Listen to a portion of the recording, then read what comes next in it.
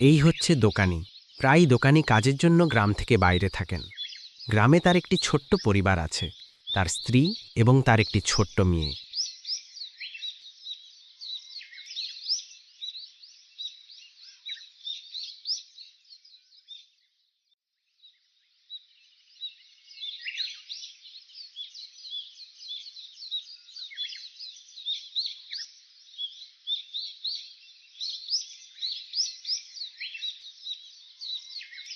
কি হলো?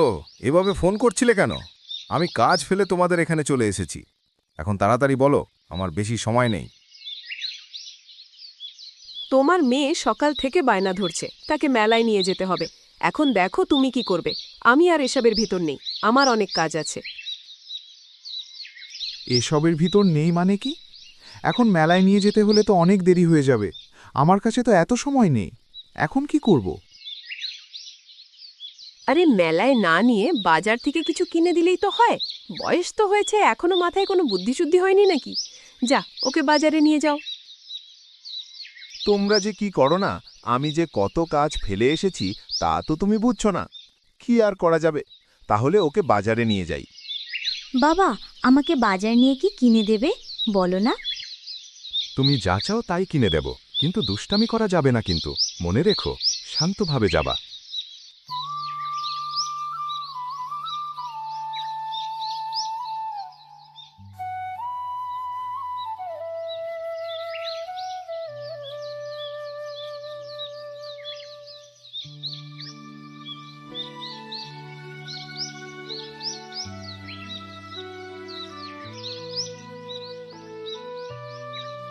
আরে কাকাবাবু, কেমন আছেন আপনি? তা হঠাৎ এত সকাল সকাল আমার দোকানে কি মনে করে আসলেন? আমি ভালো আছি। আর বড় না, মেয়েটা সকাল থেকে বায়না ধরেছে তাকে মেলায় নিয়ে যেতে হবে, কিন্তু আমার বেশি সময় ছিল না, তাই তোমার কাছে নিয়ে এসেছি। কিন্তু কাকাবাবু, আমি তো এখন আর ওই খেলনা জিনিসপত্র বিক্রি করি না, এখন টুকটাক জিনিসপত্র বিক্রি করি সংসারের। আরে বাবা, দেখো না, তোমার কাছে যদি কোনো খেলনা পুতুল থাকে, পুরনো হলেও চলবে, আমাদের কোনো সমস্যা নেই। এ বিপদ থেকে আমাকে বাঁচাও। এই সুযোগে ওই অভিশপ্ত পুতুলটা এদের কাছে বিক্রি করে দিতে হবে, তাহলে ওর হাত থেকে আমি বেঁচে যাব।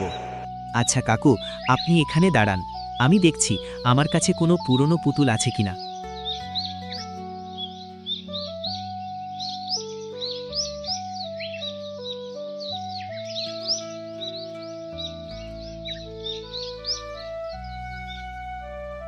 মা, দেখ তো তোমার এই পুতুল পছন্দ হয় কিনা।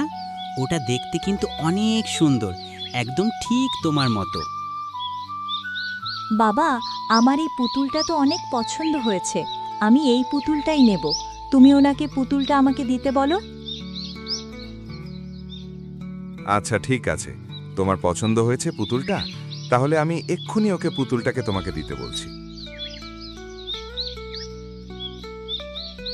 হরিশ, পুতুলটা প্যাক করে দে বাবা। আর দেরি করিস না, আমার অনেক দেরি হয়ে গিয়েছে। কোনো সমস্যা হলে কিন্তু আবার আনবো। ঠিক আছে কাকু, কোনো সমস্যা হলে আমি ঠিক করে দেব। আপনি শুধু পুতুলটা নিয়ে আমার দোকানে আবার আসবেন।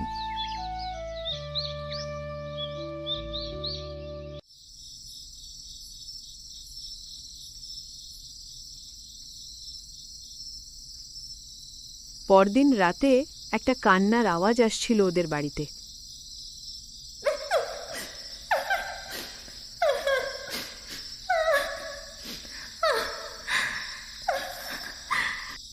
অনেকক্ষণ ধরে একটা কান্নার আওয়াজ পাচ্ছি মনে হচ্ছে, কিন্তু আমাদের বাড়ির পাশে তো কোনো বাচ্চা নেই। তাহলে আওয়াজটা কোথা থেকে আসছে? মা, আমি অনেকক্ষণ ধরে একটা বাচ্চার কান্নার আওয়াজ পাচ্ছি। তুমি কি কোনো বাচ্চার কান্নার আওয়াজ পাচ্ছ? কে কাঁদছে মা?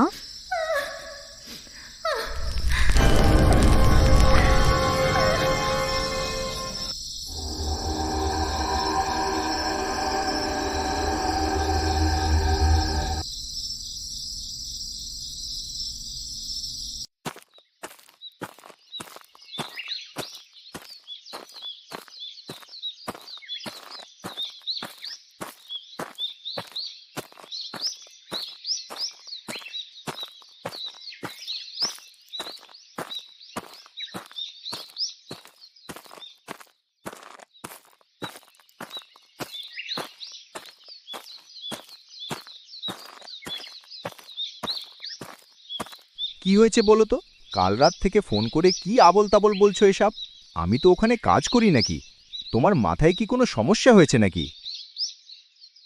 আমার মাথায় কোনো সমস্যা হয়নি।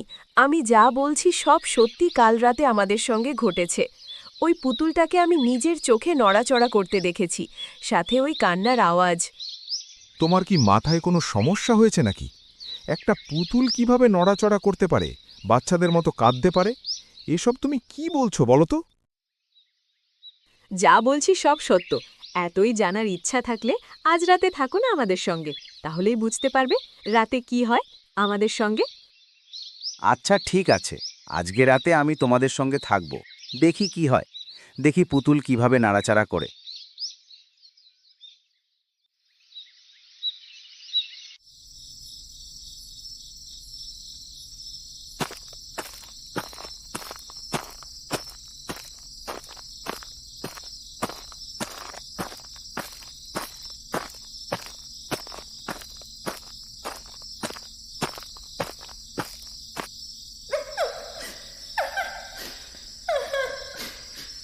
দেখেছো, একটা বাচ্চার কান্নার আওয়াজ আসছে। এটাই সেই কান্নার আওয়াজ যা তোমাকে আমি বলেছিলাম কালকে। কিন্তু আওয়াজটা কোথা থেকে আসছে? আমাদের বাড়ির পাশে তো কোনো বাচ্চা থাকে না, তাহলে কে কাঁদছে?